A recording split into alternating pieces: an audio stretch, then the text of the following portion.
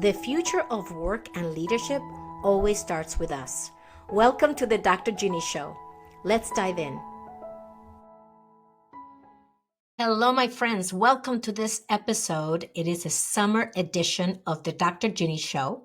I have a beautiful community of leaders who are part of our programs, either through private coaching, our Elevate program, our Bridge to Claim Your Seat, our personal branding masterclass.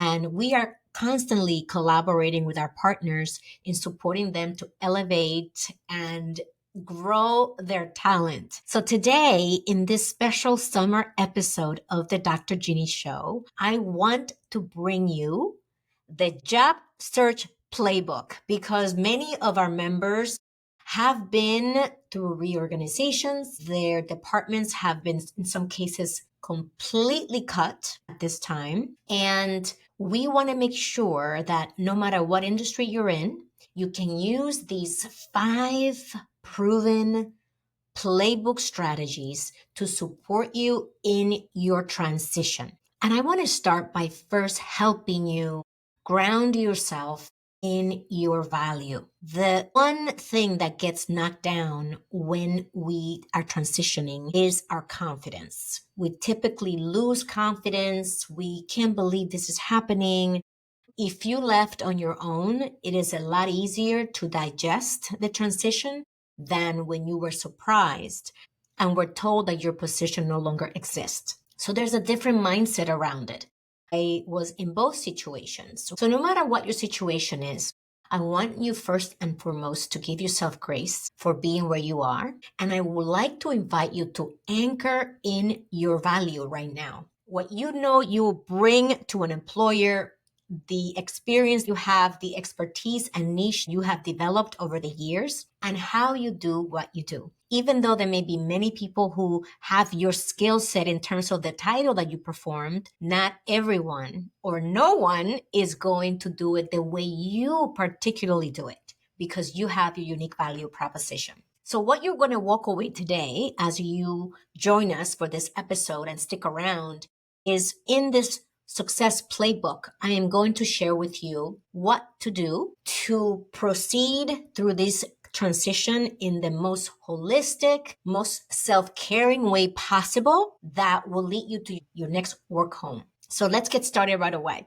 And if you find this valuable, please share this episode with your network because we will be sharing resources, ideas, strategies, and tools that they can also apply. So sharing is caring.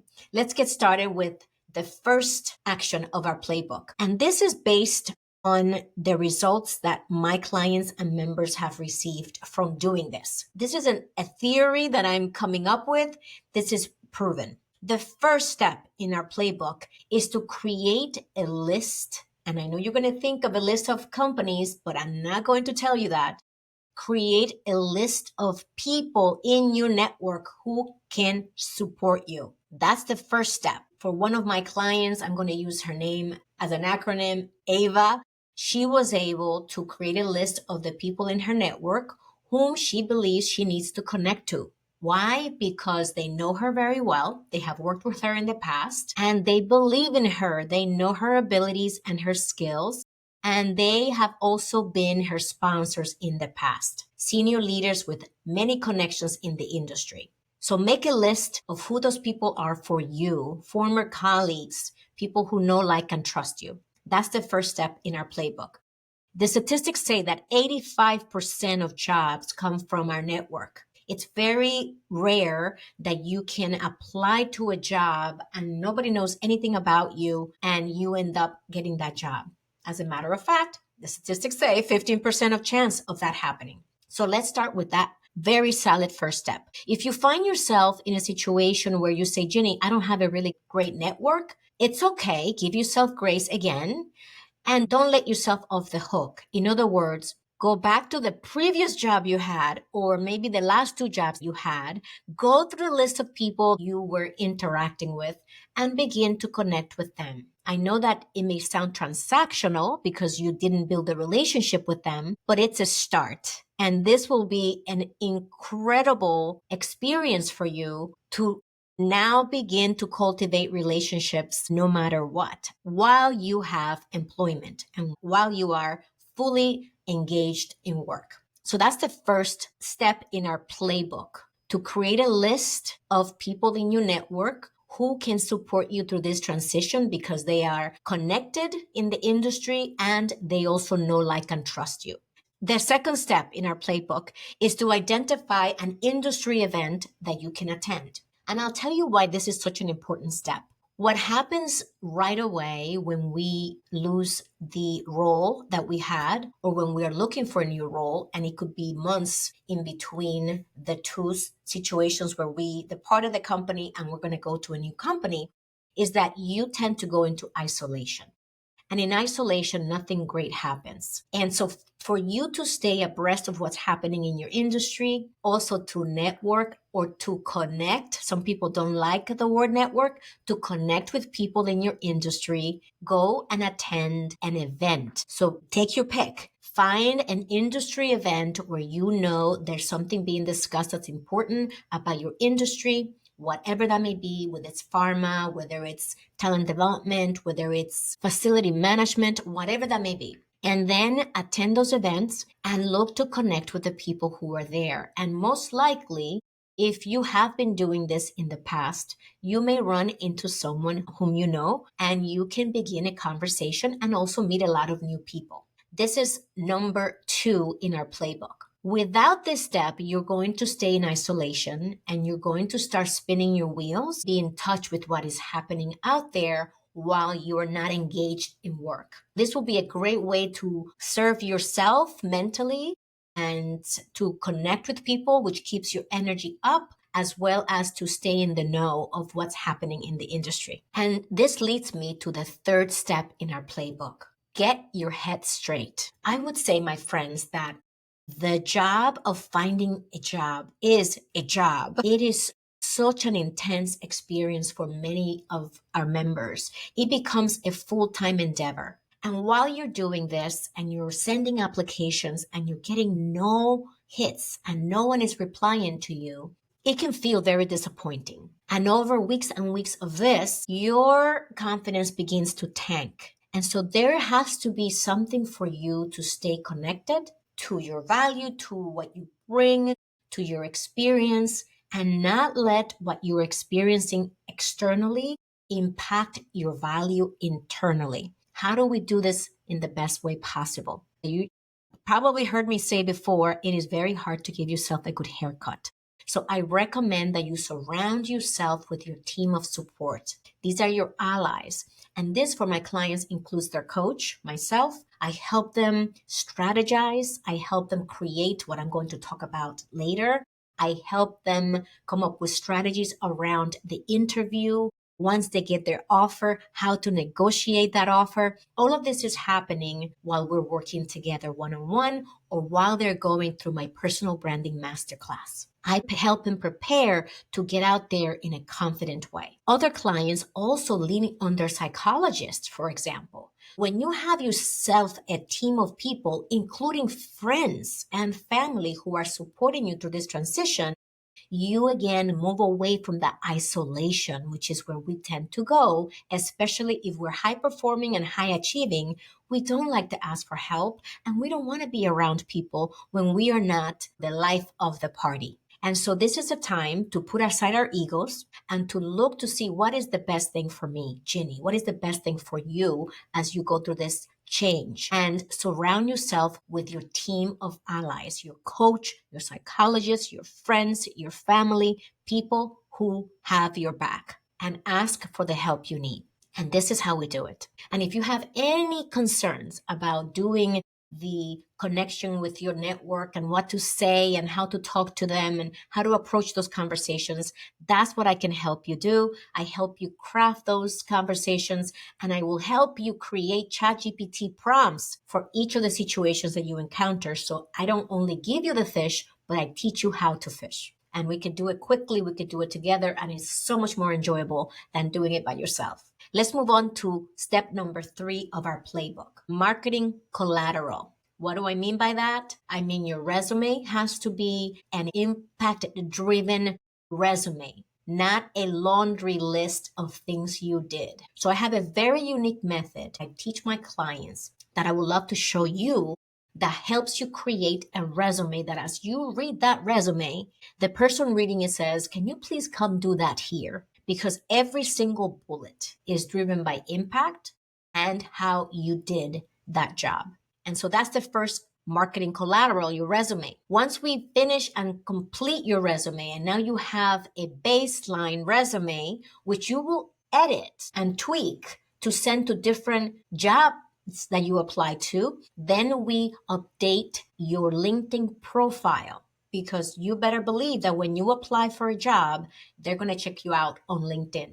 What are they going to find? Will they see discrepancies between your LinkedIn and what you have on your resume? We don't want to create any questions. So we want to make sure that both are aligned. They don't have to be identical, but they have to tell the same story. And I can support you in doing that. Those are the two pieces of marketing collateral. The last piece is to prepare yourself for the interview. This is where many people, first of all, they don't get the interview because they don't have a great resume. Their LinkedIn profile doesn't reflect the value they have delivered. And when they do land the interview, they don't do well in the interview. Their nerves get the best of them, the butterflies. They believe that their job is to sell themselves. And I don't believe that. I believe that your job is to be you, uniquely and clearly articulate the value you bring to the role and to the position you're applying for, while also understanding the interviewer to the best of your ability, the pinpoints, the desires, the things they are looking for in this position, and coming at this interview from a place of power, not a place of they have the power to hire me and I am nothing. Because with that spirit going into the interview, you have already knocked yourself out of the race. We also don't want you to be arrogant or to be a jerk, because hopefully the people interviewing have a sense that that's what's going on and you are not going to land that role. We want to support you in presenting yourself with confidence without arrogance, and to be very clear in the examples you give that demonstrate what you're speaking about, that you're capable of delivering. I will teach you how to do compelling stories that have a very easy format once you know the format, and you can then create your story. So when you are in the interview, you can share those stories to share the value you bring, how you do the job that you do, and the impact you have. And that's easy once you know how to do it. And let's move on to the last point and the last bullet in our playbook: getting the offer and negotiating. So let's assume that you made your list of the people in your network whom you're going to connect with. You created a list of the industry events that you're going to go to and connect with people there. And those activities have led to people in your network and people you meet getting your updated magnetic resume and the equivalent LinkedIn profile that you have now enhanced and optimized. And as a result of that, you landed the interviews. You now have an idea of how to present yourself in the interview, how to share compelling stories that lead to an offer. The most beautiful thing about the offer is that, as Rich Paul says in his class on negotiation on the app masterclass, you must have leverage to negotiate. In other words, if you're able to have more than one offer, then you can have some leverage that you can use to ask for more. Here's what I mean. Everyone who gives you an offer letter is assuming that you're going to come back with a counter offer. And this counter offer has to take into consideration your years of experience, the job responsibilities, the market, the comparable rates in the marketplace right now that this job is demanding, and how you are going to crush this role. If you have another offer on the table, you can negotiate knowing that you're not bluffing. In other words, if you say to a potential employer, I have two offers, and I would really enjoy and look forward to joining your organization. Would you consider a salary of X? If that were the case, that means that if they were to say, no, we're very sorry, but we cannot offer you the salary of X, that you're not bluffing, because you do have another offer that is giving you what you want, and that you would be willing to walk away from that offer if you were to counter offer. In other words, we have to have integrity during the negotiations and use leverage that is true, so that if they say, no, sorry, we're not going there, that you are okay walking away. If you're not okay walking away, then accept the offer and say, thank you very much. When am I starting? And that's it. But I highly recommend anyone who gets an offer to negotiate and create a counter offer that is realistic and based on facts that you have from the marketplace. If there is a range and they offer you the bottom of the range, you can go for the top of the range, and perhaps they will end in the middle of the range,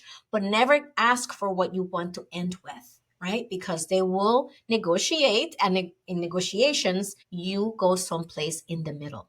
I hope that these 5 strategies in terms of the Job Search Success Playbook can help you in this transition. And I understand that I went through a lot together. So if there's anything in this playbook, whether it is creating a target list of people, attending the industry event, getting your head straight, which is so meaningful, marketing collateral that you need to create that's compelling and attractive, and going through the offer and negotiation process. That's a lot. So I don't expect for you to be ready for all of this, especially if the last time you did this was years and years ago. What I would recommend for you is to get support as you go through this. And trust me, the ROI is off the charts. The longer you wait and the longer you're sitting receiving rejections, the worse your mental state becomes, the more depleted, deflated you become. And as time goes on, people begin to question what is taking so long.